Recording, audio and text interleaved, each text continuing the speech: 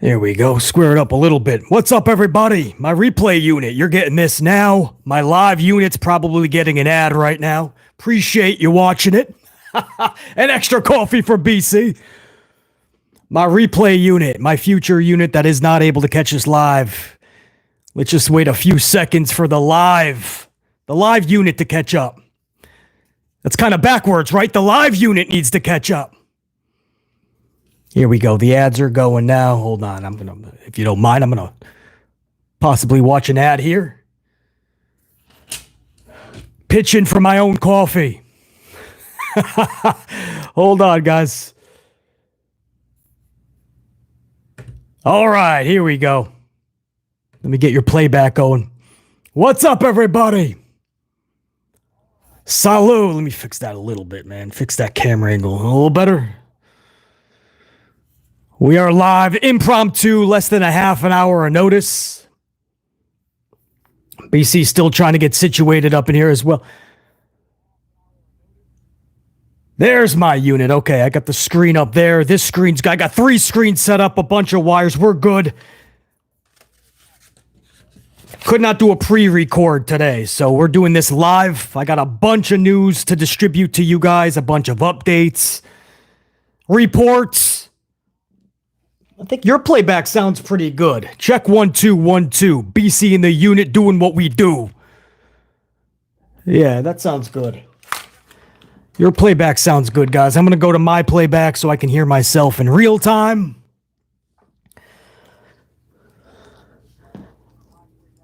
All right, everybody. So most of you guys are going to catch this on the replay. I totally understand. I'm very spontaneous. I give you guys a half an hour, if that, of notice. But I am extremely grateful for those that can catch this live, that are not just subscribed, but they actually smash the notification. So you guys are able to catch BC live. I do appreciate that. But I know the majority of you guys will catch us afterwards. You still have to do what we do live. Smash that up. An HBK super kick. I don't care if it's an HHH pedigree, a tombstone from The Undertaker, a leg drop from Hulkamania, the Ultimate Warriors press slam. Give it a figure 4 leg lock from Ric Flair. I don't even care if it's a DDT from Jake the Snake Roberts or a 5-knuckle shuffle from John Cena. I don't care if it's an RKO out of nowhere to that like button, but as long, Batista bomb, right? Oh, those are always fun to give the like button. So do it, smash it, and make sure that like button is looking up at the lights. Appreciate it. So first, before we get into any of the bigger, hopefully I can get all this within an hour. I know there were some super chats going on. Sam Byers absolutely just slinging coffees and clearly Canadians at the channel earlier. I'm setting up and I see Sam Byers just chucking coffees and clearly Canadians.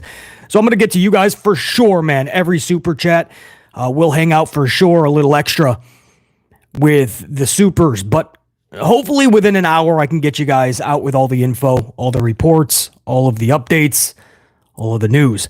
But before we do, some rapid fire, some quick reports. AEW Collision, kind of programming notes. AEW Collision will air before SummerSlam, August the 3rd, right beforehand, 5 p.m. Eastern time. Collision is going to move so they're not getting absolutely decked by the PLE, which is what they've been doing. They've been pulling in about 400,000 to 500,000 viewers for Collision. And then when they get hit with a PLE on Saturday from WWE, they drop big time into the low 300s. So they're going to try to avoid that. They're going to try to go up against the kickoff show for SummerSlam. So Collision is moving. If anybody does catch Collision, or if anybody cares, you'll catch it at 5 p.m. Eastern time going up against the kickoff for SummerSlam. So just sending that out to you guys. Also, another programming note. Let me just make sure I'm correct. WWE SmackDown will be double taped tonight. 2 shows will air tonight. One live in its original slot. Immediately when we go off the air, that crowd will get a second SmackDown. We will see that next Friday.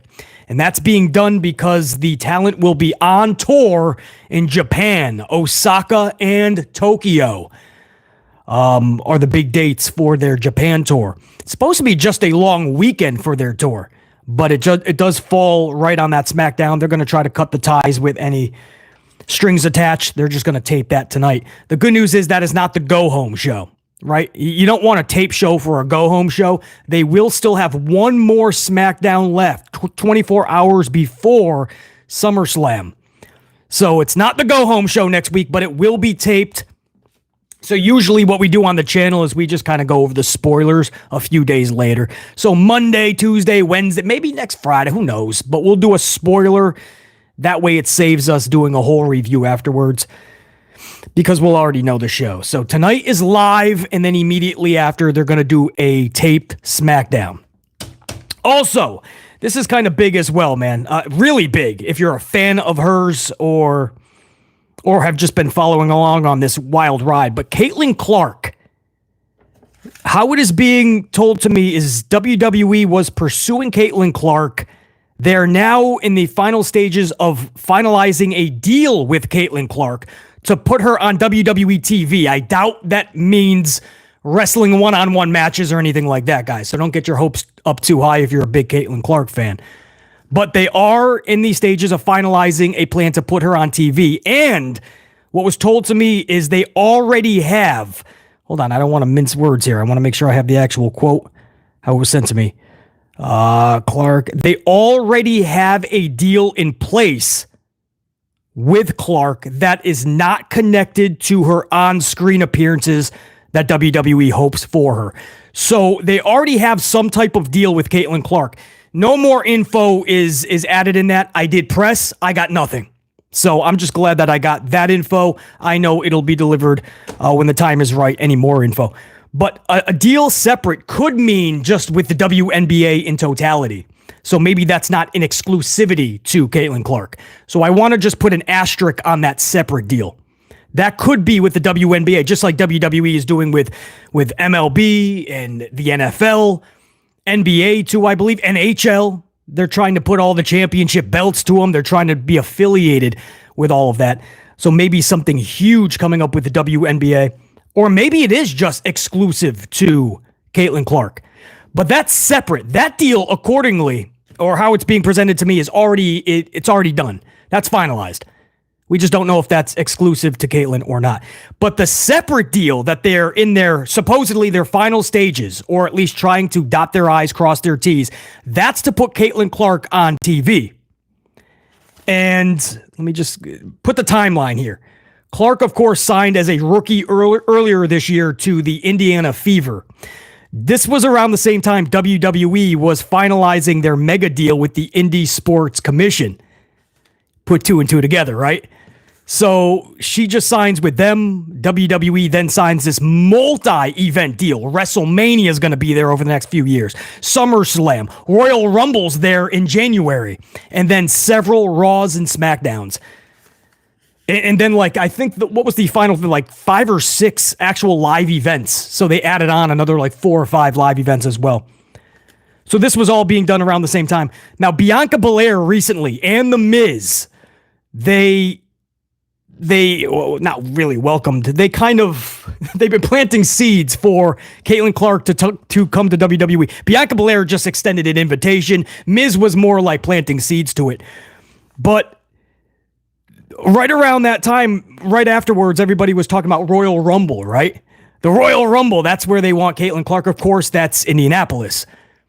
But she will not. This is what I did get from my people. She will not be in the Rumble competing. Put the brakes on that. This deal does not have her competing in anything one-on-one, guys. That's for sure.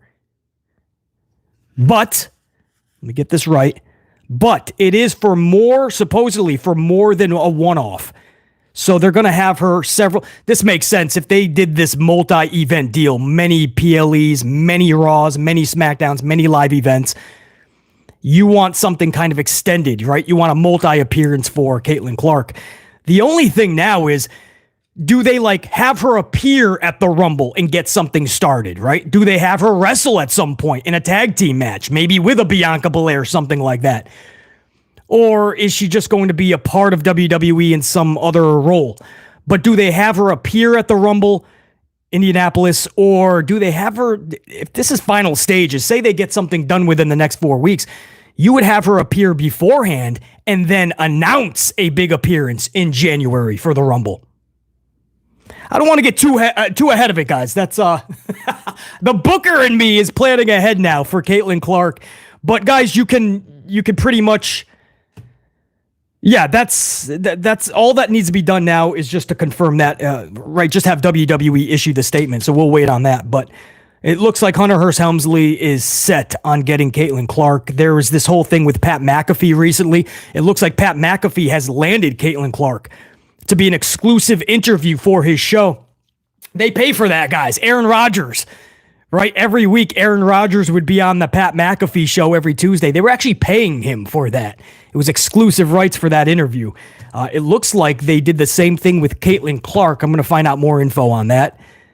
Of course, McAfee was in a lot of hot water at one point, trying to give her a compliment and going, she is one like badass white beep. You know, the B word, white. And then everybody was like, what the heck did you just call her?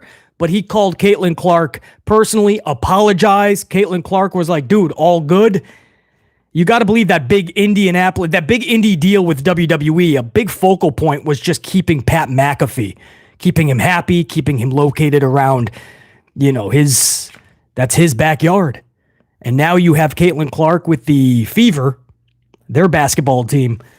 It's kind of coming together here. You kind of see that if you're going to do this multi-deal, and they're already planting seeds for Caitlyn Clark, they already have some deal already in place. The only natural progression now is, I guess, put her on TV. I don't know much about Caitlyn Clark. I don't know if you guys have been following. JR9, don't want to see her wrestle at all. I don't know much about her. I just know she is a sensation. Like, the ratings pop off whenever she's on TV. And I guess that's obviously what business-wise WWE is looking at, or Endeavor, whoever's trying to initiate that. But I don't know much about her. I just know the ratings pop off. She's a big, big star. And recently, some of the wrestlers are extending that invitation because they have this multi-event deal with Indy coming up starting next year. So, what do you guys think, man? Does anybody follow Caitlyn Clark? Do you think she's not going to have a one-on-one match? So don't even think that, man. Don't get your hopes up there if you do want to see her compete. JJ Bulldog, is Caitlyn Clark even ready for in-ring main roster? I don't think she's going to need to be, especially with her basketball. I doubt the Fever, WNBA, her representatives would never let her actually wrestle like a one-on-one match. If she does, it would be like a Dennis Rodman, Karl Malone thing, where like she's doing a tag match and everything she does is not just rehearsed to the T, but nearly like a Clorox wipe, 99.99% sure there's no chance of her getting injured. But yeah, the way that it was presented to me is this is more than a one-off, this deal. This is not just like, oh, appear at the Royal Rumble for us.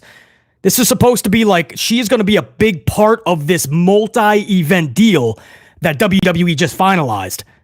And of course, it's only going to promote the Fever, the Indiana Fever as well, and the WWE in totality. So I guess everybody wins here.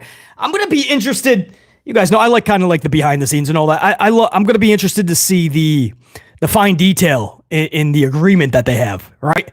We're probably not going to find out all the detail on it, but I want to find out what type of, I don't know, what deal are they on? And I want to find out what the original deal is. Are they doing something massive with the WNBA first?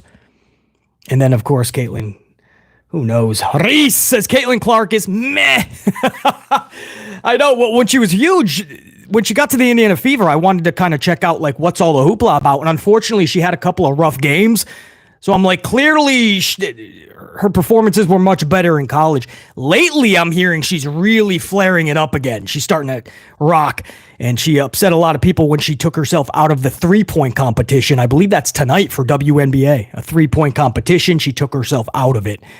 So anyway, just giving you guys all of the kind of the newsy news you're going to need up front before we get into some of the longer conversations. AEW Collision is moving August 3rd for 1 week to go against SummerSlam kickoff because they're sick of the PLEs just kicking their ass into the ratings of 300,000. So they're going to try to at least maintain 450 maybe against the kickoff. That's August 3rd for Collision. WWE is double taping a SmackDown tonight live, and then afterwards will be a tape show for next week as they are in Japan next weekend, Osaka, Tokyo. Caitlyn Clark is about to do big things with WWE. One deal finalized separately, and then an in-ring appearance, multiple, is the deal that is they're trying to finalize. So WWE, it looks like, is landing Caitlyn Clark for anybody that cares. There you go. We'll be finding out a lot more about Caitlyn Clark in the months to come, obviously. And then, all right, so you know what? Xia Li. Well, that's not really like big news you would need to know from the top, but BC has always been high on Xia Li. I want to send some major props over to Xia Li. She, of course, was just released by WWE recently. Xia Li will be making her MMA debut August 3rd. That date sounds familiar. That's right. She is going directly against WWE SummerSlam. It's right. This is exactly what always should have been. Xia Li, I have told you guys from day one, anybody that's been subscribed to this channel, especially a channel member to this channel, for any length of time, you guys know how high I am on Xia Li. And I've always said I felt she was the Brock Lesnar of the women's division. Everything she does just seems and feels so real because she takes it to another level. And I love how they put that into the story of her character recently before she got released. Knocking individuals out like an Indy Hartwell or a Candice LeRae. I always called her the Brock Lesnar of the women's division. She is a very real badass, like legit. And now she gets to show everybody her MMA debut, guys, just a couple weeks away, going head-to-head against SummerSlam. We wish Xia Li all the best. Rack up those W's and make Hunter Hearst Helmsley see exactly what he could have had, but he gave up on. Xia Li, go whoop that ass. Before I keep going too, man, salute unit. Everybody up in here live, all my unit in the recap, the future unit, the replay unit. This is for all you guys, man. This is a country. Yeah, there you go, man. Country raspberry, clearly Canadian that we just popped. That's for my unit. Salute.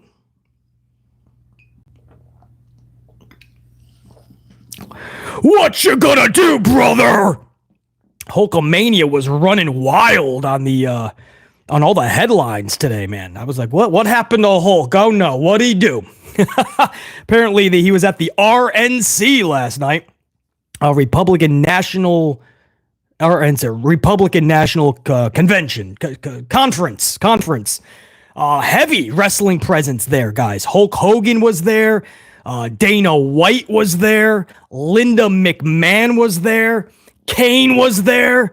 Many Endeavor suit and ties, and Endeavor executives.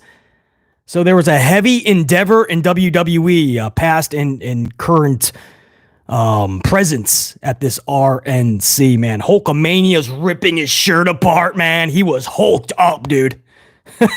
Guy's like 70 some odd years old. This dude's fucking like Hulkamania. He's about to slam Andre the Giant last night, dude.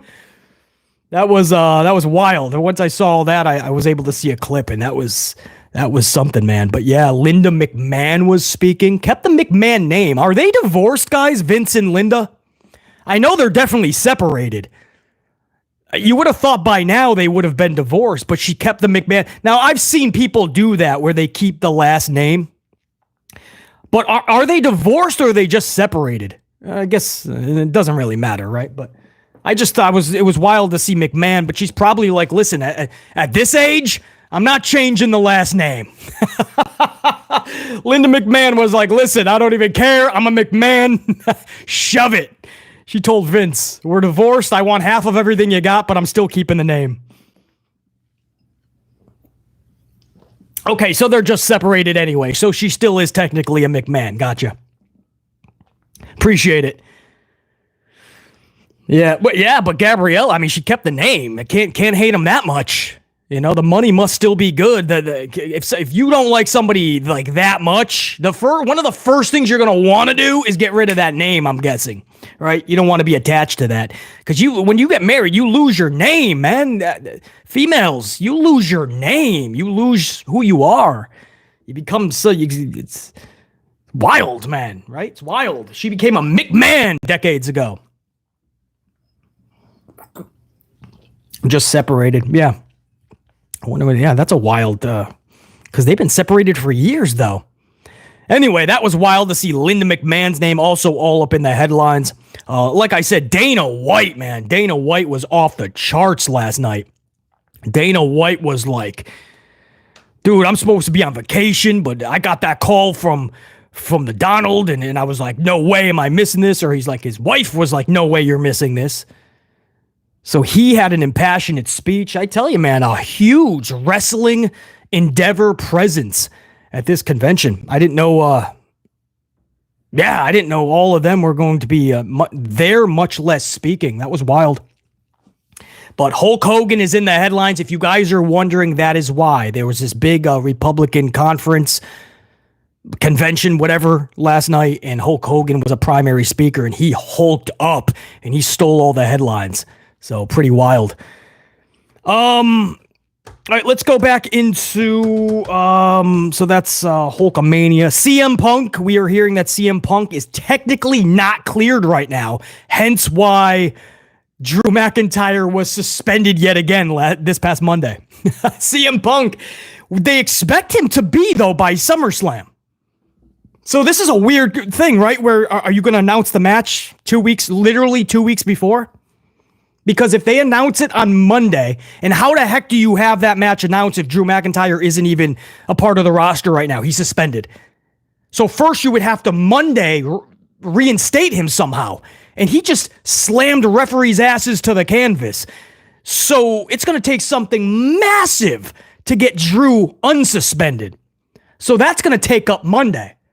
Then you got to think the following Monday is the go-home show. That's the 29th Monday Night Raw. 6 days before SummerSlam, you're going to announce this big matchup, CM Punk versus Drew McIntyre. So that's why they're playing it by the day. They were hoping he was cleared by now.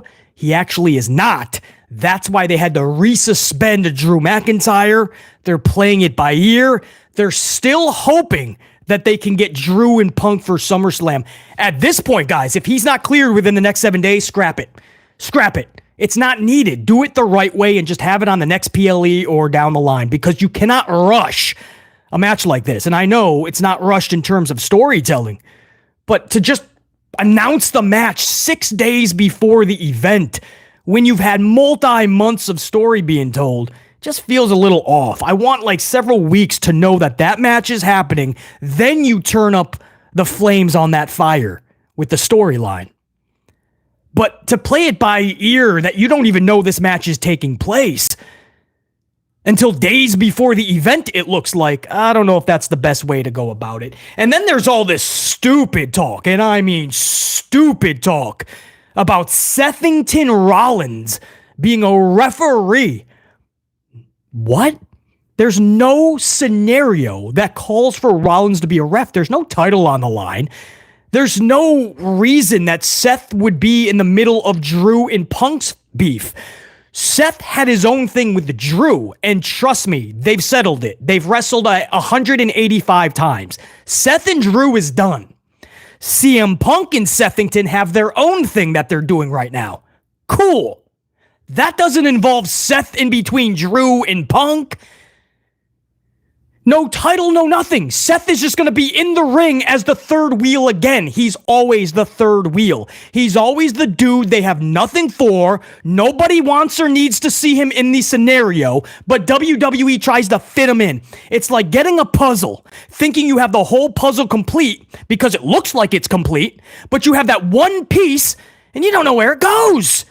There's no empty spot. Did they give you an extra puzzle piece? There's no reason for Seth Rollins. They did this at WrestleMania, right?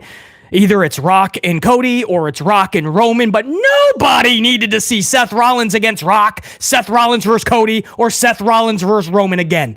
Nobody. They just threw him over there in this weird tag match at WrestleMania. Now, we just want to see CM Punk and Drew. Nobody wants to see Sethington. Or at least most, because it doesn't make sense. It doesn't make sense. CM Punk and Drew is too good to be muddied down, to be diminished, to be devalued to a special guest referee. They don't need the focus taken off them. It's Punk and it's Drew. Seth Rollins is the referee for what? How do you even set that up? Adam Pearce just the Monday before SummerSlam is like, not only am I making that match, but Seth, can you come to the ring? You're going to be the special guest referee because you've been tussling with these two lately. What? That's absolutely, it makes zero sense. Save for Seth and Punk. You've set down plenty of seeds perfectly. And at Money in the Bank, more seeds, right? Punk screwed Drew, but you also kind of screwed Seth. So Seth was pissed at Punk. Cool. Punk and Seth is a separate feud. When Drew and Punk is done, Punk and Seth, what was supposed to be at Mania. Love it. You do not need to do Three's Company here. Because Three's Company in this situation, as much as I love that television show, Three is a crowd. Three's a crowd. Nobody needs a third wheel in this situation. So if they're going to rush Punk and Drew, because at this point it looked like Punk isn't even clear, if they're going to throw a special guest referee in Seth Rollins because they have nothing for Sethington in his high heel boots or just his high heels, I don't know. No, I'd rather not. Save it for when you are going to make sure that it is special. That is given the right time and the right energy. Because now it just looks like we're trying to rush it. Now it looks like we're just like, all right, we're going to play it by ear. The second we find out Punk's cleared, we'll start plans in motion. We got a few days left before SummerSlam. We'll make sure that we call the match. We'll bring out Seth. We'll insert him as a referee. Doesn't make sense, guys. So that's the latest we're hearing anyway. Punk is supposedly not cleared. He's been showing up to the Performance Center trying to get cleared, but they're not doing it. And until they have the official clearance, they're not going to make this match official for SummerSlam. Hence, Drew McIntyre getting suspended. And I do understand that, right? It's like baseball. When the pitcher is about to come back, he's doing all his AA or his AAA. He's doing all his rehab assignments. He's about to get back to the Yankees. He's penciled in for Thursday's rotation. He's going to be pitching. And on his last rehab assignment, he tweaks his arm more. Whoa, what are you doing? We already advertised him. He's going to be pitching Thursday for the actual Yankee club.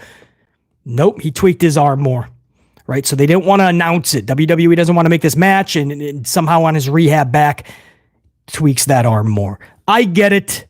So if that's the case, prolong it. Prolong. You don't have to stuff this on the SummerSlam card days before. Yes, I do agree. Who's that? JJ Bulldog should have just did Seth Gunther. Yep. Damian Priest and Gunther. Another match makes zero sense. Heel versus heel. You guys saw the promo. We went over it in the review for Raw this week. The crowd sitting on their thumbs. They didn't know who to cheer for, much less did they want to cheer for any of them. It's a heel and a heel. I'm guessing Damian will become a face. There's been seeds planted for such. He's trying to do more comedy, but then after the promo, he's beating face Braun Strowman. So you're confusing your audience. You have Gunther calling him street trash. Usually that gets a face reaction for Damian, right? He's not street trash, man. Screw you, Gunther. And then moments later, they send out Braun Strowman, who especially kids and families love to cheer for, right? Choo-choo, chugga-chugga, Braun Strowman. So Damian is right back into the heel. And then after the Strowman match, Priest and Gunther are tussling, and you wonder why the crowd gave you crickets? You want to have a triple threat, or you want to add Seth to something, Seth with Gunther and Damian Priest. That's two heels. They could use Sethington. Punk and Drew doesn't need Sethington. So yeah, who that was up in the live chat. I think it was JJ Bulldog. Absolutely agree with that. Wild. Understand that. Let me get to, I have plenty more to go over with you guys, but I want to make sure that I get all of my super chats. So let me go over super chats right now. I have a lot more to talk about, especially, actually, I have news on Braun Strowman. Not good news, unfortunately. I got news on a big AEW return that is imminent. I got news on the Dynamite. Man, Tony Khan took a big gamble. I have news on that. I got the full SmackDown preview for you guys. So all that's coming up, but let me make sure I give a shout out to my super chats, man. Fleck Guapo, $2 super chat. Appreciate the clearly Canadian Fleck Guapo. I might be at SmackDown August 16th in Orlando. It's to be determined. Fleck, knock it out of the park, man. That's a good time. Obviously, it's Orlando, whether downtown or in the entertainment district, all of it, man. Orlando, top to bottom, I absolutely love. And the last time I was able to catch a wrestling event in Orlando, that was when they were at I forgot what WrestleMania it was. But Kurt Angle was being inducted into the Hall of Fame. I know that. Because so many of us were kind of stranded in Orlando. We're all trying to Uber. We're trying to Uber together. It was just so many people. And it got out so late. And there's only so many taxis and Ubers, and it was just wild, man. It was still 2, 3 a.m. and we're trying to get Ubers and stuff. It was wild, man. Orlando in pro wrestling. What a combination. Fleck, hopefully you love it. But was it 33, Franklin? Hey, I'm not going to question Franklin from Florida. Appreciate that. So that was the 33rd WrestleMania. Yeah, I'll always remember Kurt Angle. He had a milk bath. And then we kind of had a little bit of a shindig afterwards in the lot, the parking lot, a lot of us. And before you knew it, time flew by, and we're like, oh, we got to get back to the hotels, man. Yeah, Franklin, man, I love Orlando, man. So at Fleck Guapo, hopefully you catch it. I'd love to catch another event in Orlando for sure. Sam Byers, first of all, 19 months channel membership, 19 months with that gold card after that green name in the chat. 19 months is as long as we've had channel membership. So that's a day one, no-ish. Sam Byers. And hold on. A swig for that channel membership. But you guys want to hear how badass Sam Byers is. Ready for this? A $10 super chat. A $5 super chat. A $2 and another $2 Sam Byers super chat. Sam Byers just chucking coffees, boxes of coffees at the channel. Sam Byers, I always appreciate the support, man. Never needed, always appreciated. As I always say, just seeing you up in the chat, knowing you're rocking with the unit is good enough. The fact that you chuck all the coffees in the Clearly Canadians, bro, you keep these amplified lives fully amplified. Salute. Sam Byers, man. I was literally setting up for the live stream and I just saw fucking 10, 5, 2, 2 channel membership. I'm like, damn. Sam Byers with a snowball of amplification. Ron C23, two time, $2 super chat. Ron C23, it's go time. What up, BC? We amped up already. Yeah, Ron C23 I downed a coffee right beforehand, and then I just popped this Clearly Canadian. So yeah, as you can tell, I'm pretty amped up, but it looks like you guys are too. And when you guys are amped up, it just ignites me even more. Ron C23, you didn't put a Charlie Flair woo. I'm going to give you one anyway. Woo! Ron C23. Dave, hey, Ron C23, what do you think about Charlotte responding to Roxanne Perez this past Tuesday, man? Roxy drops a promo. Charlie took notice. What about Roxy versus Charlotte Flair in the future? There's way more matches I want to see before that. Roxy and a lot of individuals before I see that match, but I'm sure you'll like that, Ron C23. Dave Mille. What's up, Dave? A 5-spot coffee. A full Starbucks coffee chucked at the channel from Dave. Dave, salute, man. Good seeing you up here. Half an hour notice. Dave is able to attend. Long time channel subscriber, Dave Mealy. Dave chucks a coffee at the channel and says, Caitlyn Clark versus Angel Reese. Book it. That I do know. Clark and Reese. As much as I don't know much about Clark, I don't follow WNBA, I will admit that. But I know that this Reese and Clark, they have this little rivalry. It's fun. For the most, it started out kind of, there was a lot of tension, especially amongst their fans. But now it looks like that's just going to be healthy for the WNBA. But a lot of people feel that Reese should have gotten all that spotlight and all of the headlines and all of that attention. So there's kind of some resentment to Clark. Now, again, I don't know enough about the sitch. Maybe you guys have been following. Maybe you guys have a way to feel about that. But there is a lot of people that feel that Reese is actually better. I don't know, man. That's what I always come across. I'm always following every sport. You guys know that. So anyway, Dave, that is funny, man. I doubt you're going to see Caitlyn Clark in any one-on-one matches, unfortunately. But she's going to be doing a lot with WWE when this deal with Indy starts. Maybe even beforehand. But I would actually whip out the wallet, take any card at that point to see Clark and Reese. Let's do it, man. It doesn't need to be WrestleMania. Put it in your house. Put it at Vengeance or Backlash. Halloween Havoc. Oh, JR9. Yeah, man. Again, I don't even follow it and to see those headlines. Reese and it's not just Reese. There was others too that were it was a big dramatic thing that, just fouling Clark. And they blamed it on Clark just not being physical enough. Like, hey, this is part of the game. But a lot of people felt like they were unnecessarily trying to go after Clark when, it's moments that didn't really make sense. Like when the whistle's already blown and they're just running up and shoulder tackling her.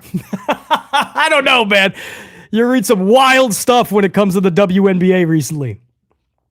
Oh, Reese. I didn't know that. Reese Monet. Angel Reese has a ring. Caitlyn Clark does not. Damn! Reese is over here dropping a bomb. Reese is dropping pipe bombs over here, man. Mic drops. Angel Reese already has her ring. Caitlyn still has to get hers. I like that, Reese. I did not know she already has a ring. Interesting. Yeah. Anyway, Dave, I'd purchase that fight, man. Reese versus Clark. Even if it's heavily rehearsed in the WWE world. Let's go. JR9 Gaming, two spot. Again, apologies for no proper NXT report, BC in the unit. JR9, first of all, let me give you a big salute. This coffee, obviously, but for that report. If you guys don't know, check it out. JR9, that was the last upload, I believe, right? When the heck was that? Was that yesterday or the day before? I think it was yesterday. JR9, in the comments of the last upload, he has his NXT full throttle, fully dissected NXT report.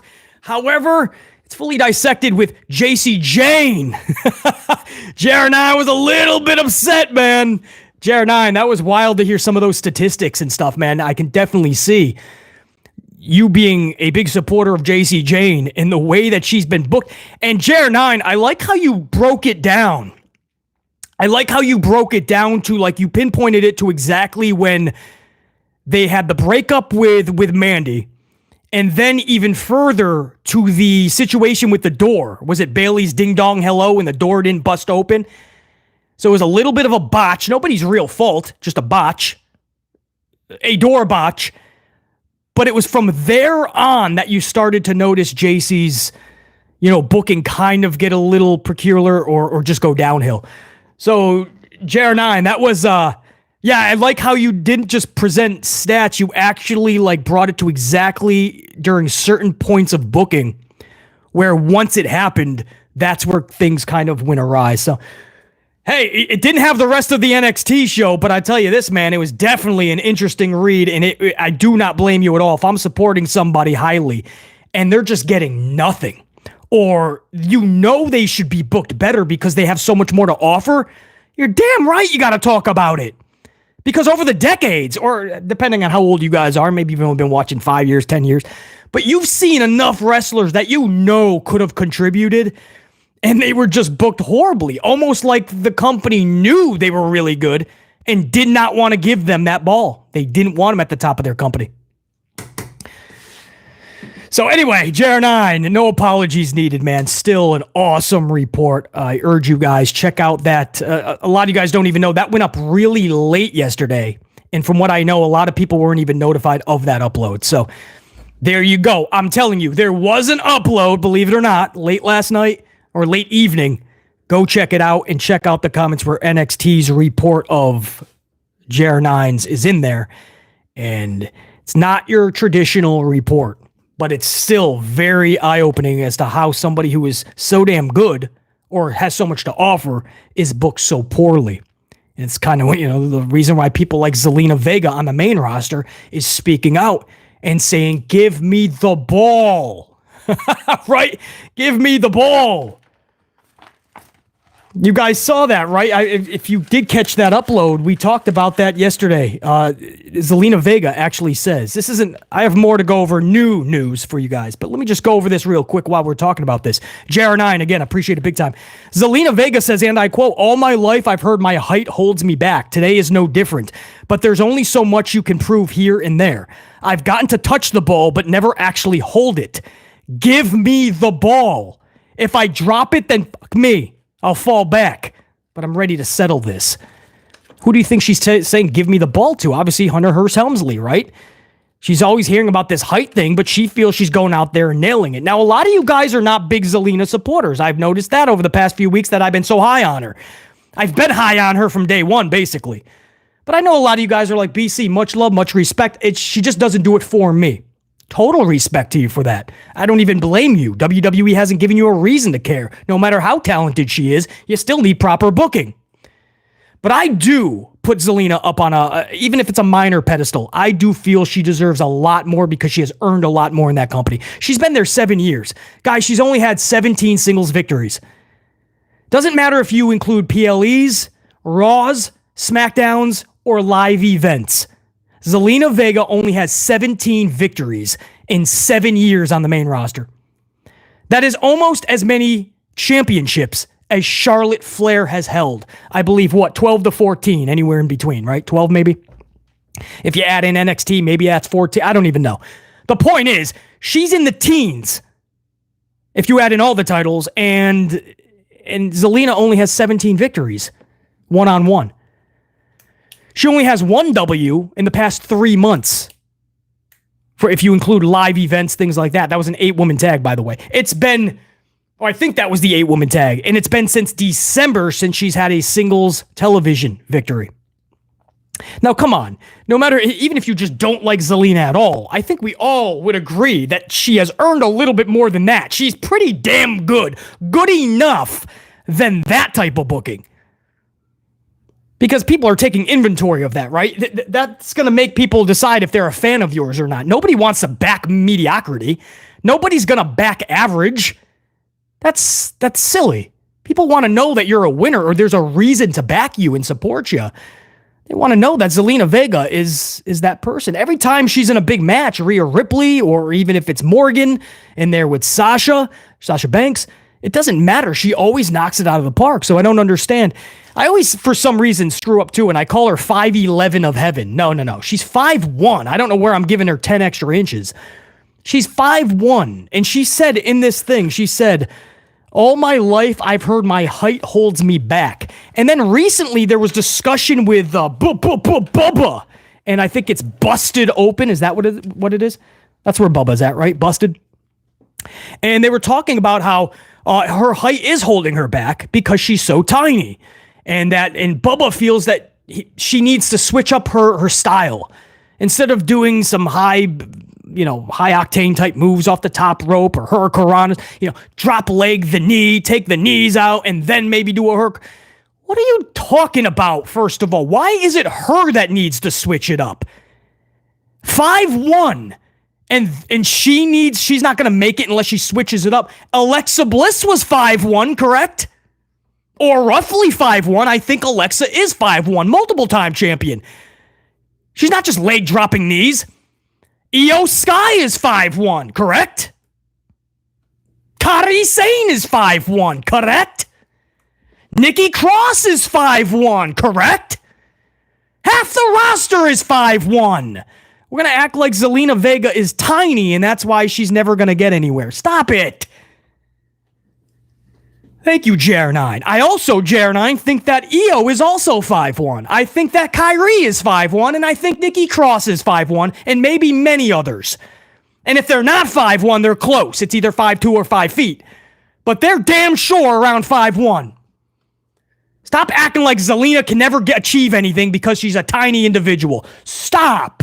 She's really good at what she does. She can rock a microphone better than 95% of the ladies in the locker room. That's an extreme plus. She's got the presence. She's got the vibe. She's got the costumes for sure. The outfits laid out.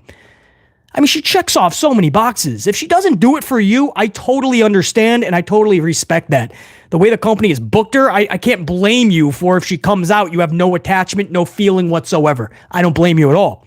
I hope in the future they book her correctly so that some point in that future, you can start to actually enjoy her work much more and maybe even down the line become captivated like BC has become.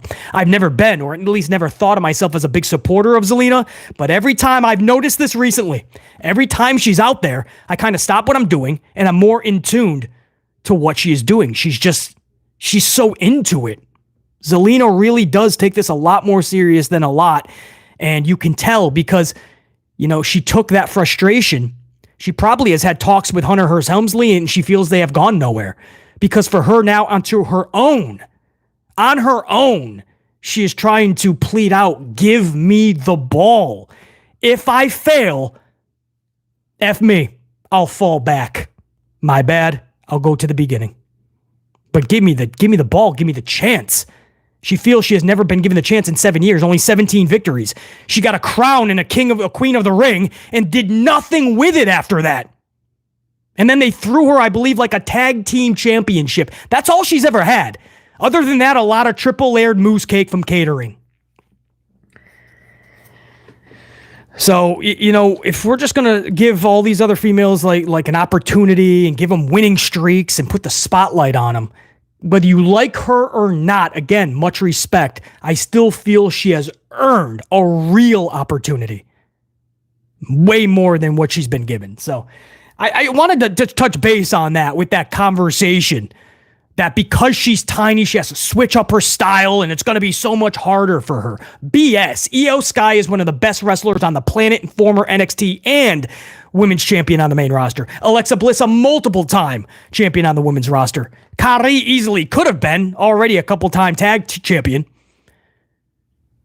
Nikki Cross has never been looked at just for her size. All right, thank you. Thank you. That's a little side rant I wanted to discuss from yesterday's upload. Also, real quick, if I may, also from yesterday's upload, we talked about Dustin Rhodes. He said his contract is up September. Unit, would you guys like to see live unit and also for the replay unit, the future unit, if you guys want to answer as well, do you guys want to see Dustin Rhodes finish out his career, one last contract deal with AEW? And maybe AEW gives him a real badass one last run. Maybe even at the world title, if not winning the world title, I understand. But maybe going for it. Or would you guys like to see Dustin Rhodes finish his career up, his last contract with the WWE?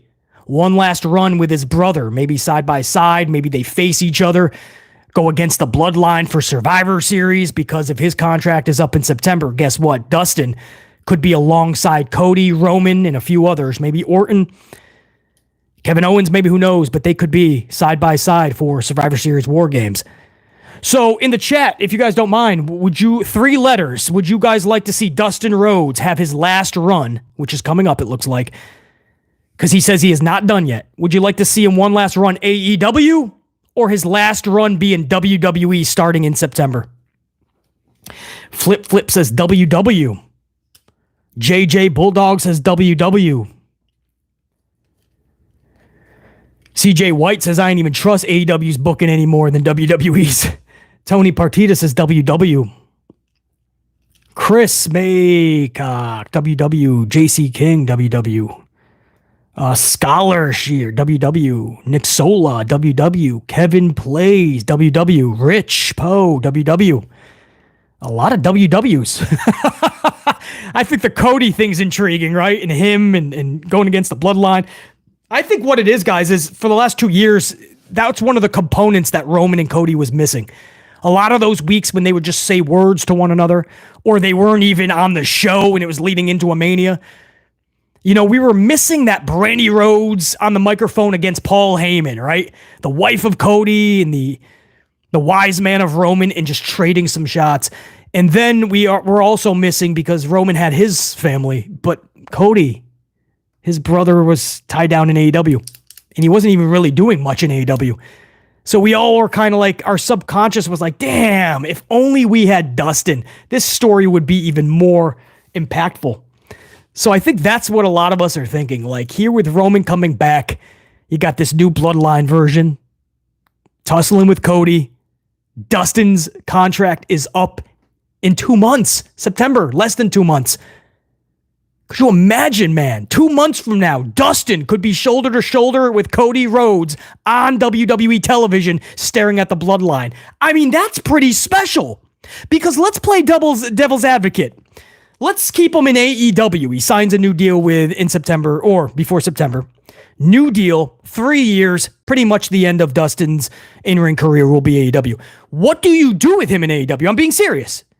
Any AEW faithfuls up in here right now who maybe you have a booking pitch for Dustin? What do you do with Dustin in that time frame to make him a big part of the show?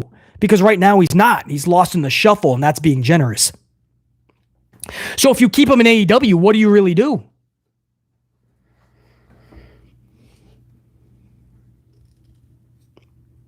Armored ready heroes. Great. More old guys. I'll tell you one thing. The newer guys have no personality and no charisma, to the point where I'll take the old guys any day. And that's sad to say, Armored. I know, man. It's sad to say, but a lot of the wrestlers today are charisma vacuums, man. They just will suck the air out of the room. A lot of these wrestlers are like carbon copies off the distribution center at Amazon. Throw on some tights, remember all the flips you did in your mom and dad's backyard on a trampoline, and think that that's what a pro wrestler is. You know, the older wrestlers, they know the in-ring psychology. They got the characters down. They make you feel something. So it's funny you say that, because I'll take the old guys any day, man, most of the time. It's kind of funny. The newer guys are just, I don't know, man. We have no shortage of pro wrestlers. Isn't that funny, guys? There's 2,555 wrestlers on each coast. And only a handful or two maybe, like, really make you feel something, right? Only a handful or two actually captivate us. Man, that's sad. Interesting. Very interesting.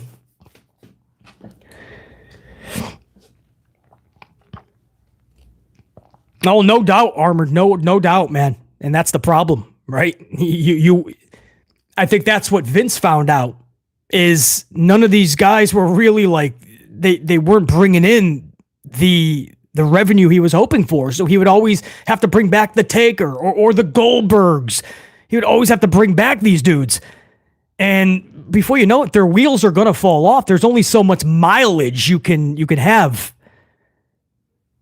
There's only so much mileage that you can carry before the wheels are going to fall off. And so the promoters keep bringing them back, because that's what sells tickets, right? I mean, if you guys go to independent shows, right? I mean, they're happy if they sell 30, 40 tickets, and that's being generous. If you can pack the place with 50 people, you've done good.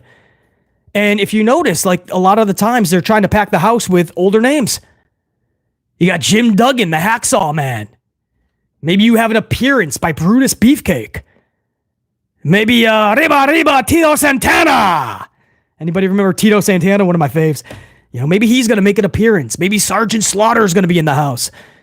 You know, they'll try to bring back those names, because unfortunately a lot of today's wrestlers, I mean, a lot of them are just not known, or they don't make you feel anything.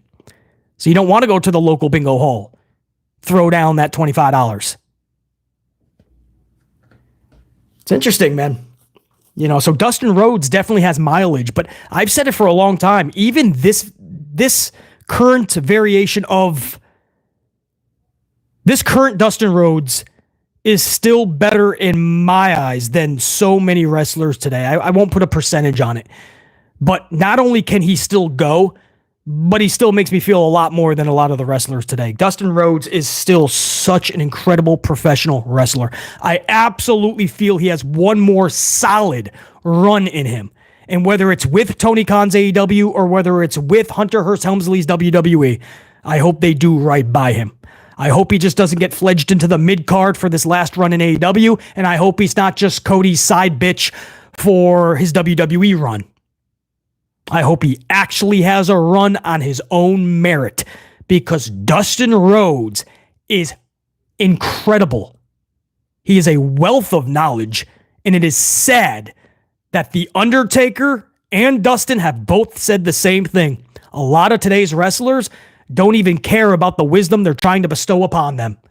A lot of them don't even come up to even ask for advice anymore, and that was never the case back in the day. Young Dustin, young Calloway, they would always go up to the vets. Ask, how can I improve this? What can I do here? What's your thoughts here? Dustin tries to give it away for free. Undertaker tries to give it away for free, and they're too busy playing Call of Duty or some other video game. Sad.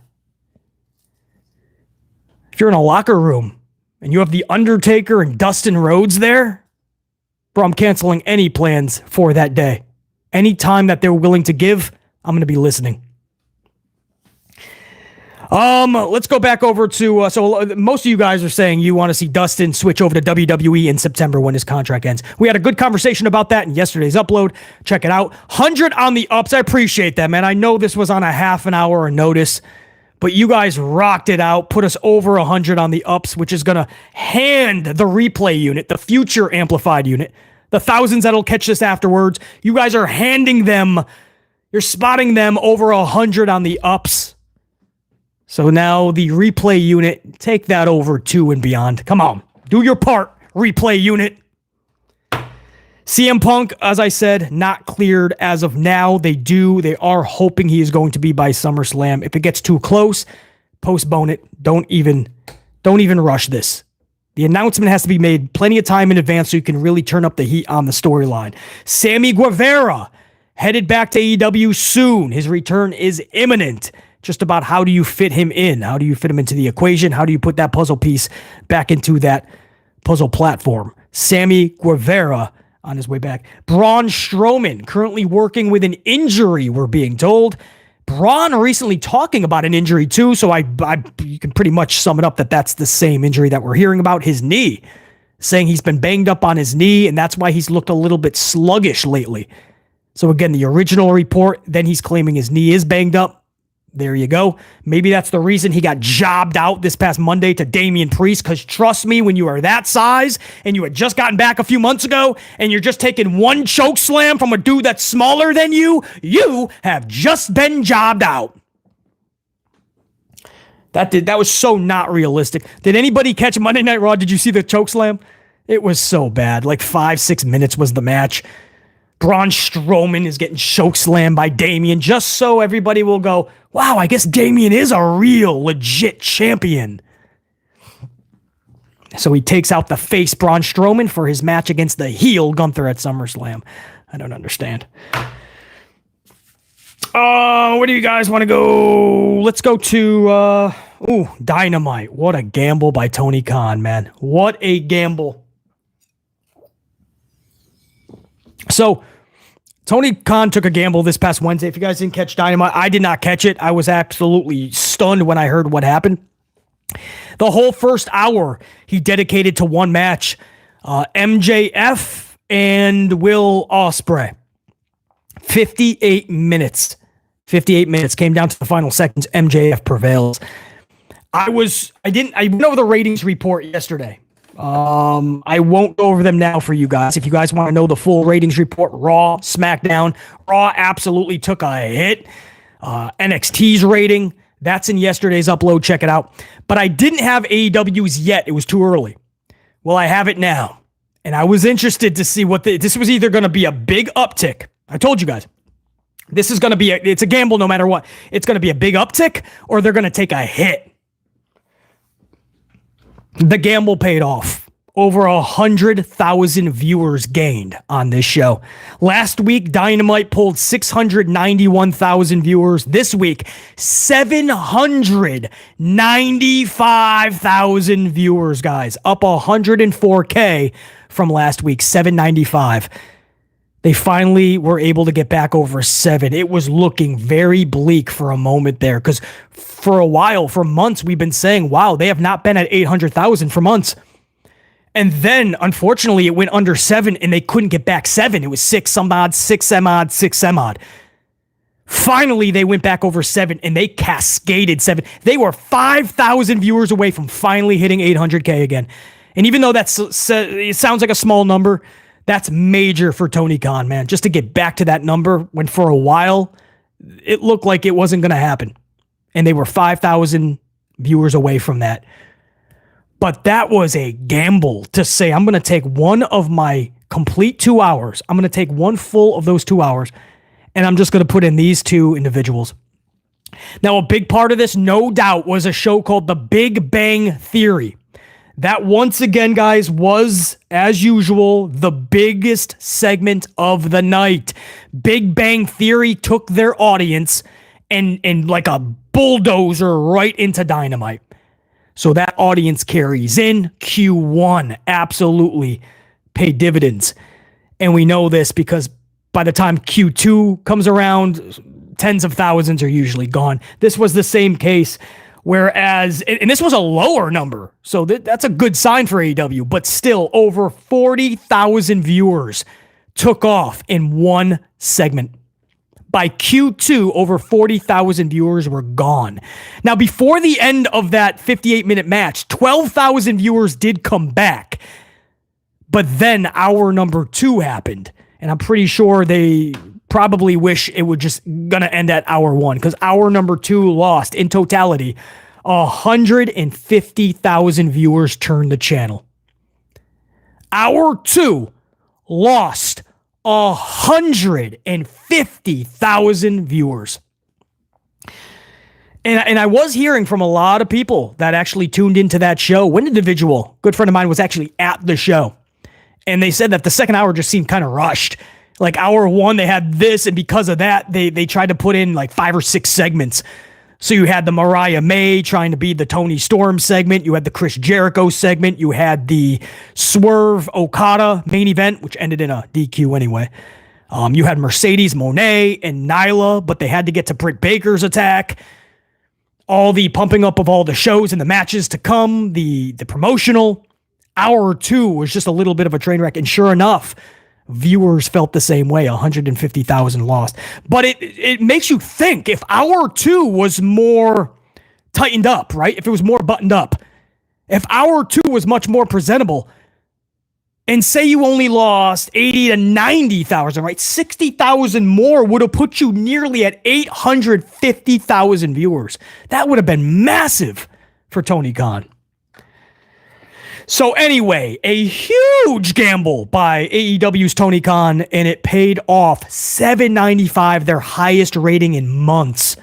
So good for them. I never want to see a company do bad. You know, we're critical because we love this stuff. Same thing when I ripped the Raw rating. I ripped the Raw rating because the shows just seemed flat.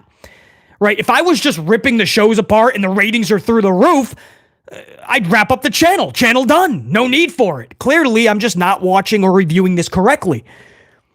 But I review these things correctly because the general audience feels the same way, right? When you pull in a 1-6, it's not a home run derby with no stars. Soto wasn't in there. Judge wasn't in there. There's no stars in that home run derby.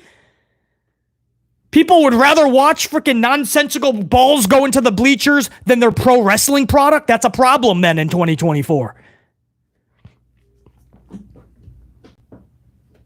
There's not a convention on earth or a conference on earth that should be taking you away from some of the biggest storylines in pro wrestling, which is what Raw should be giving us. You wouldn't have to turn the channel anywhere else, or even if you wanted to, you couldn't, because that wrestling show is keeping you captivated.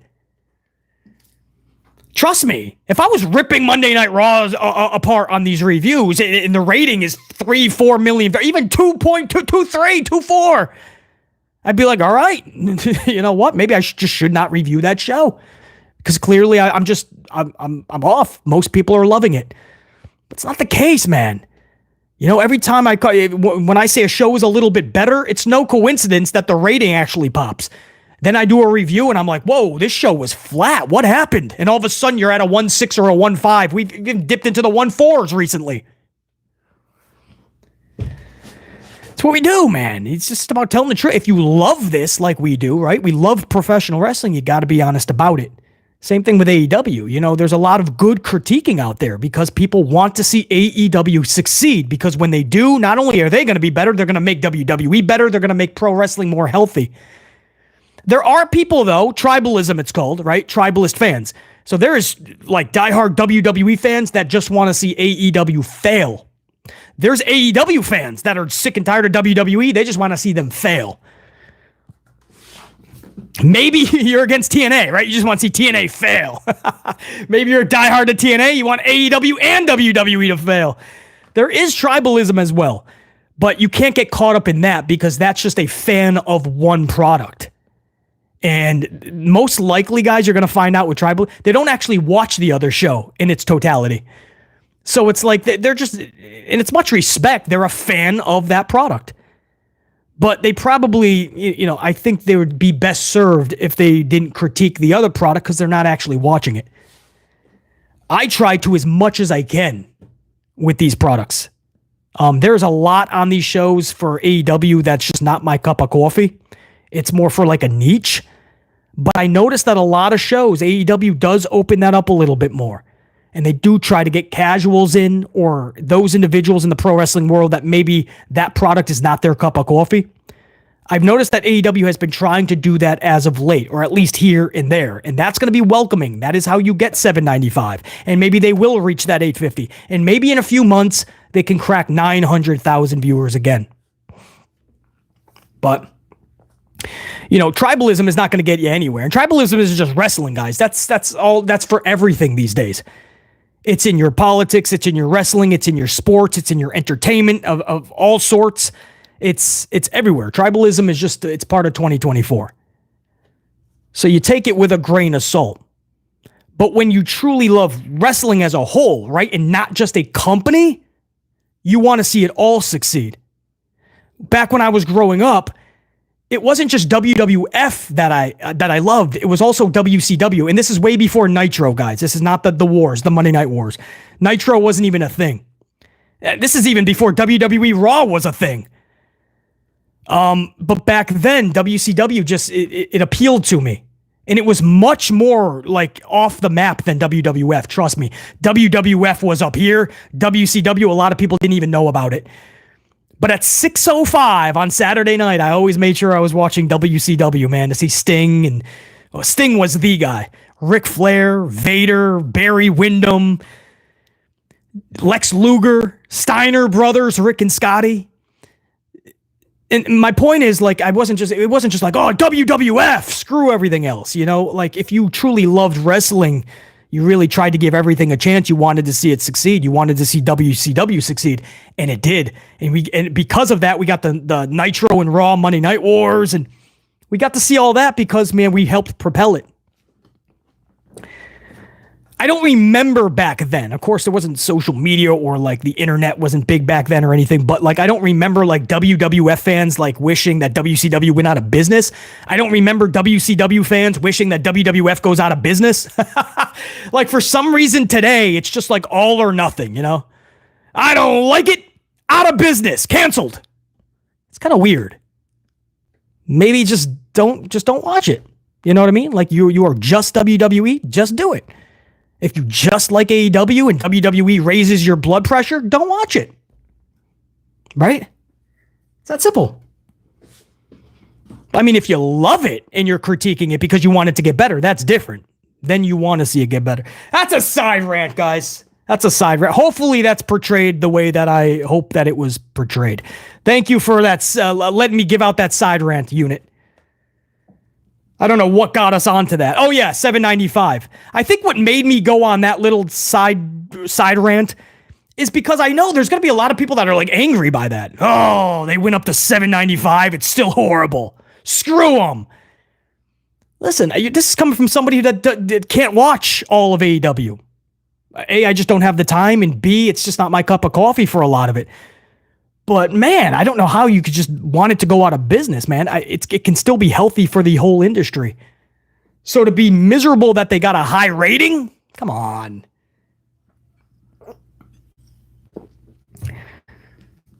I just want the product to be better. That includes WWE's Raw. That includes AEW's Wednesday night shows. And that includes even SmackDown, man. SmackDown has not been that great recently either. I don't care who you guys feel is cooking right now. I don't think if you can think that Tony Khan has put on his chef's hat and he's cooking. If you think Shawn Michaels is cooking some microwavable dinners. If you think Hunter Hearst Helmsley is cooking at the local Olive Garden. I don't know. If you guys feel they're cooking, that's fine. I'm not seeing what is being cooked. That dish is not being delivered. There's no cooking being done. Numbers are pretty stagnant for the most part. Very inconsistent.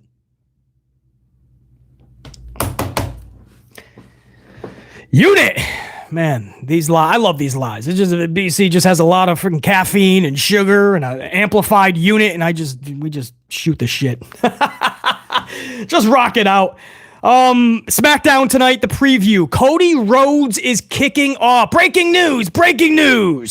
Cody Rhodes is kicking off the show, guys. WWE has confirmed that. Cody Rhodes kicking it off. You're going to have Logan Paul return tonight. Logan Paul is going to answer the challenge, the SummerSlam title challenge of LA Knight. LA Knight already signed the contract. We're just waiting for Logan Paul to sign that contract as well. Logan returns tonight. And then the only match that I have, but this was from 2 hours ago that I jotted this down note-wise. This is while I was out at where was I at that point? Like Starbucks. Was that on 5th? I forgot where. But I jotted that down because it came across my attention. Andrade and Melo. That's the only match. Maybe you guys have heard more matches since then. Again, this was a couple hours ago.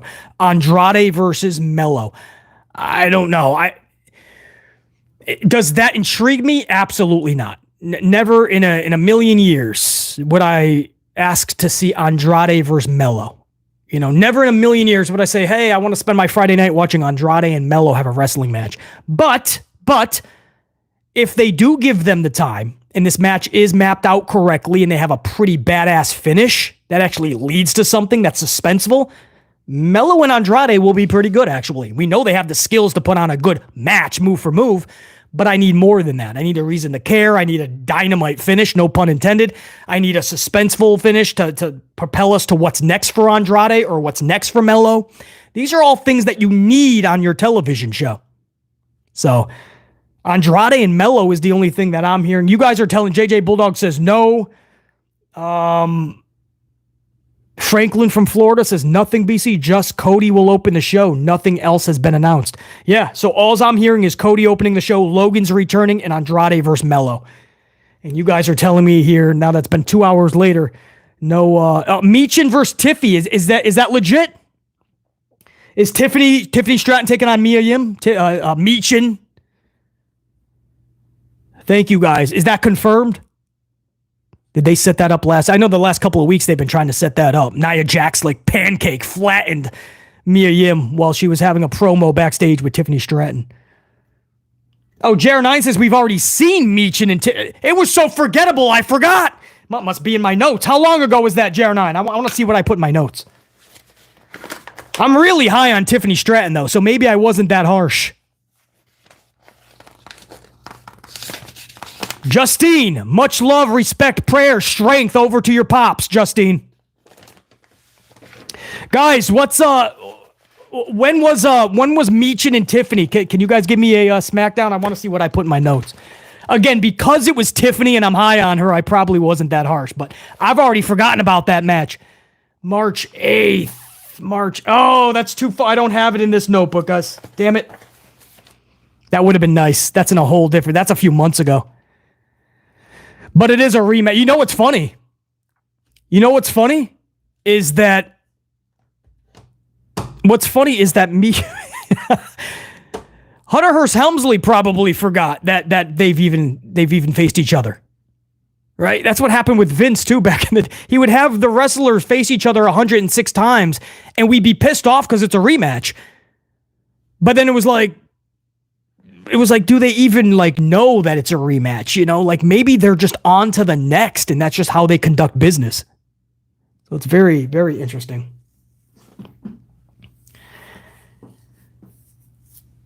Yeah, BC critiques Triple H all the time. Yeah, absolutely.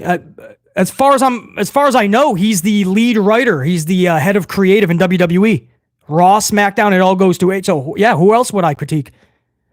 I'm pretty sure he runs all of creative. He's basically what Vince McMahon used to be. So yeah, I mean, I hope he's the one being critiqued. I mean, there's nobody else. And then we obviously go through the matches and whatnot, but you have to go, just like AEW is Tony Khan. You know, there's always a lead content creator. In WWE's case, Hunter Hearst Helmsley is their head of creative. So yeah, I mean, I would hope that I'm critiquing him the most. He's the guy running the whole ship. Third time we will have seen Tiffany versus Meechin. So this is the third time. Hey, you know what? See it again, damn it. Hunter Hearst Helmsley is like, will you guys stop? I'm trying to cook here. I'm trying to cook. You guys are telling me that I'm giving you the same match. You're not supposed to critique me. I'm HHH. Supposed to love me. Tiffany debuted on SmackDown versus Meechin JR9, February 2nd, 2024. There you go. Her debut. Reese, that's funny. Cody's going to start the night tonight. And that is true, by the way. And Cody's going to say, so, what do you want to talk about? Much love to Cody. I love Cody, man. Around WrestleMania, that was getting annoying, though, because like I needed a lot more substance because WrestleMania was such a cluster. It was such a mess.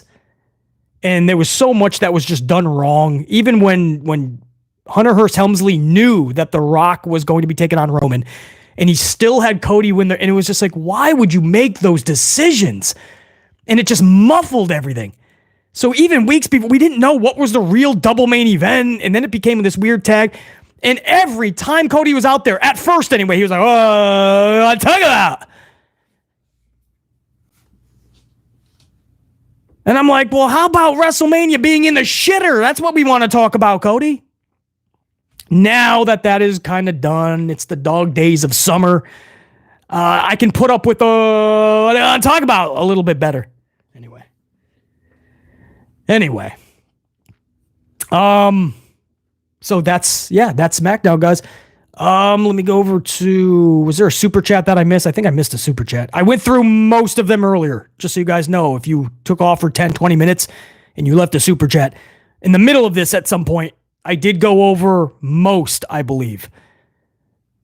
Oh, there was some more that I missed, though. I want to get to Ricky E245. Ricky, 5 spots, super chat coffee. BC, how about a mixed tag team match with Cody and Caitlyn Clark versus Roman Reigns and Angel Reese? Listen, Ricky, I don't. It's probably like a joke super chat or just like a hey BC, haha, picture this. But Ricky E, that's more than possible. It won't be Roman though, because Roman will come back face. He's going to have a lot of tag matches with Cody.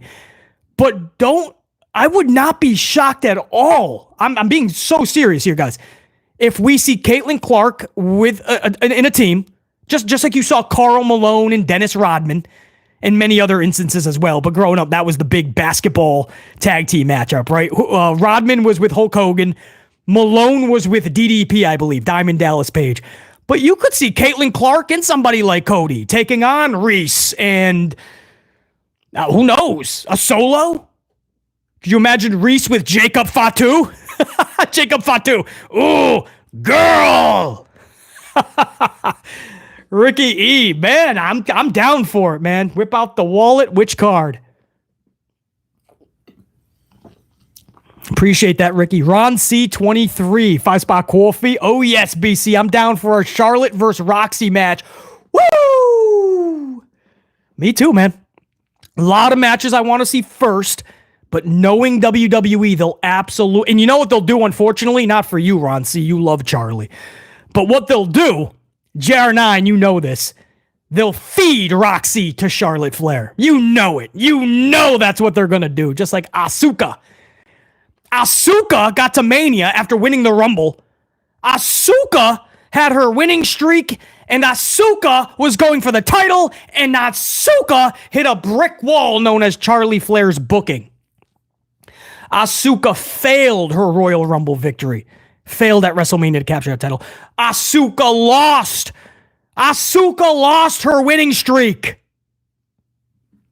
And you guys can think of so many other occasions where Charlotte Flair put a stop at anybody's momentum. And again, that's not Charlotte's fault. That's the booking. I totally get it. But I'm very high on Roxy. And I already know how this is going to go. Roxy's getting in the main roster. And Roxy is losing to Charlie. Where else? Ron C, 23.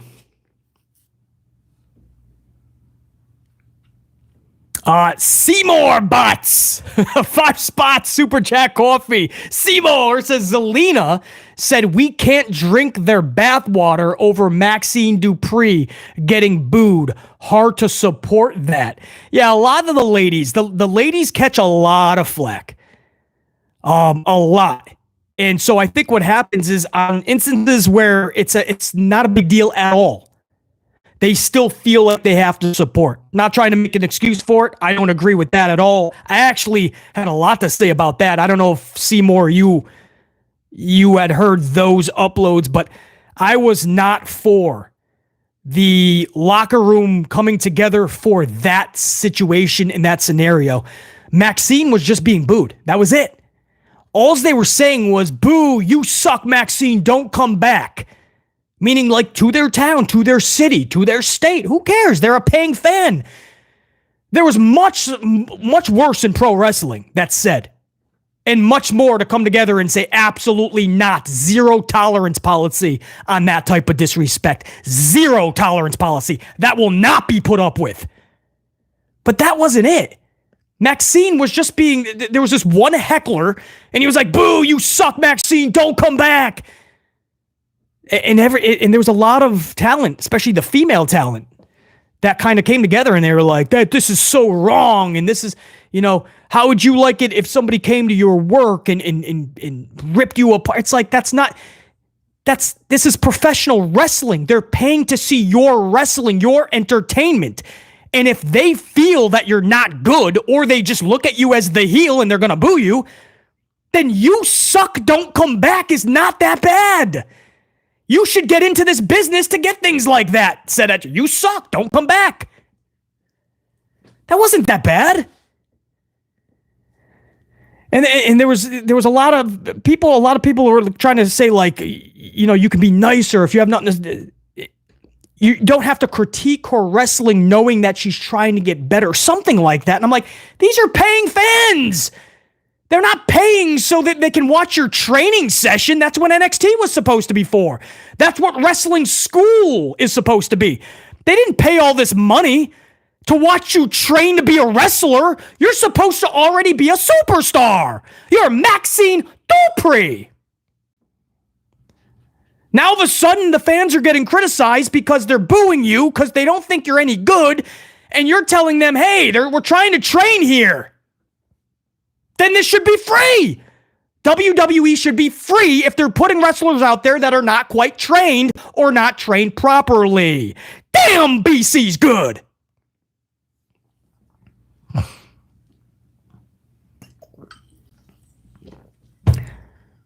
But I did not see any issue there.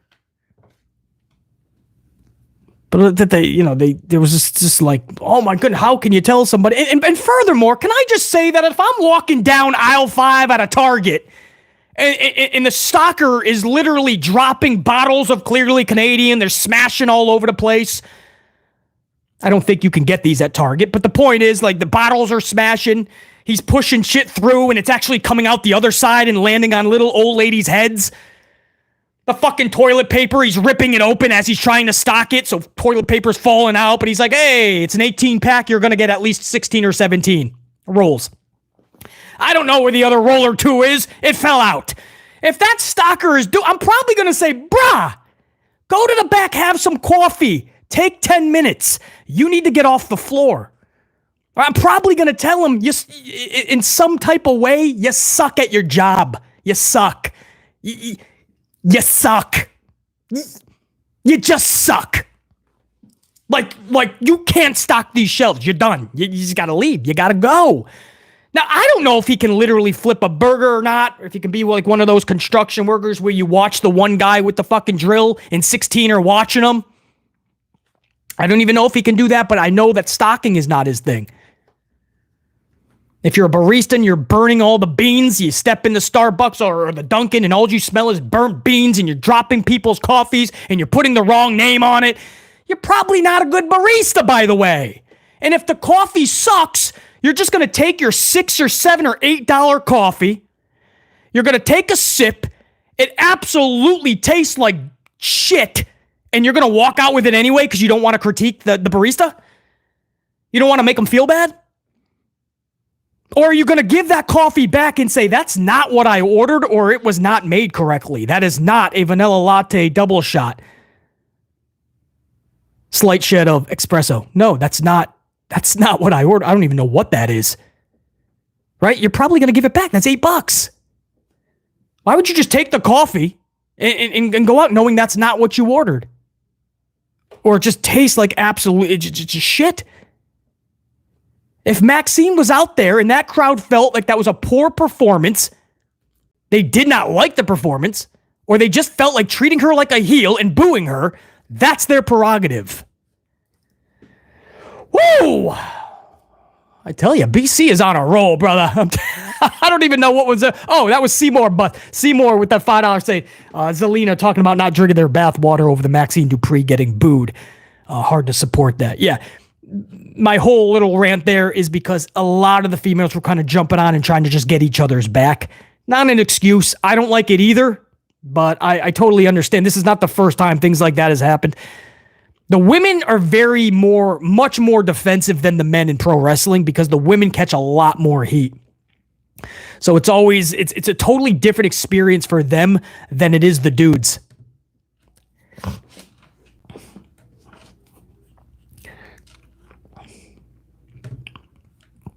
Hold on. There was another super chat, guys. I'm trying to find it. Hold on. Ali, a 10 spot. Couple of coffees. Hopefully made correctly. Ali, let me give you a proper. And that's a double coffee. That's a 10 spot. Let me give you another salute, Ali.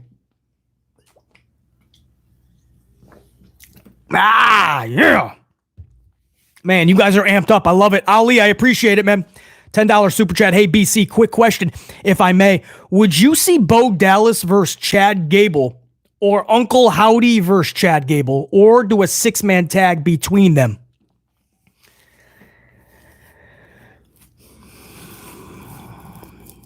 Dallas Gable.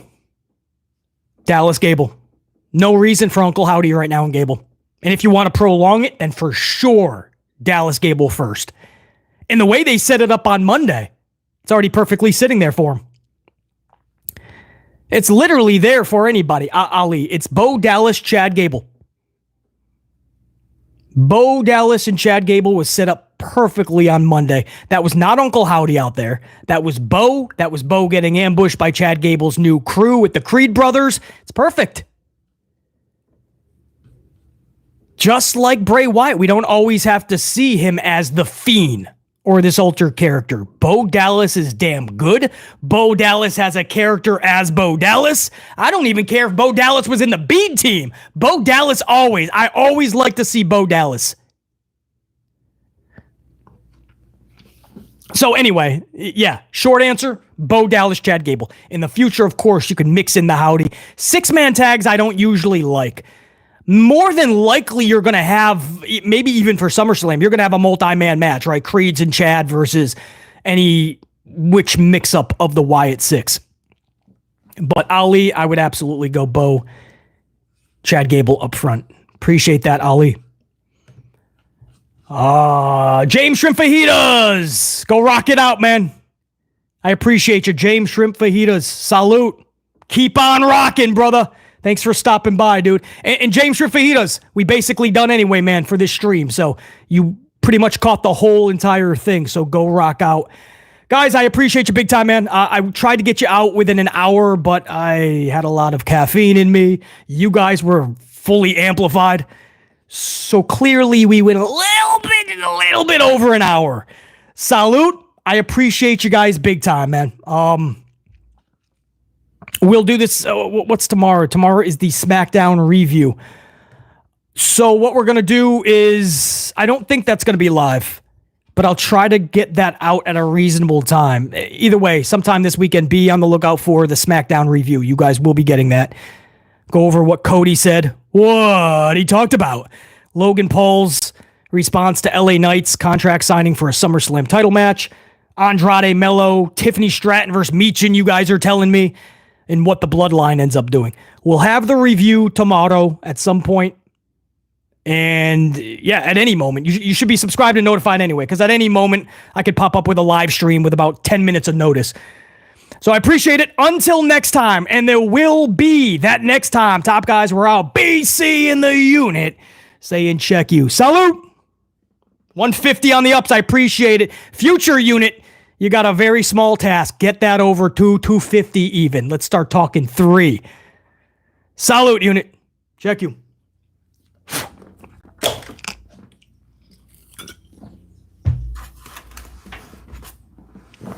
I know what you're waiting for. You want to go long, but someone got to catch it. That's the thing. You got to catch it. If I'm throwing it 75 yards, you better be in that end zone.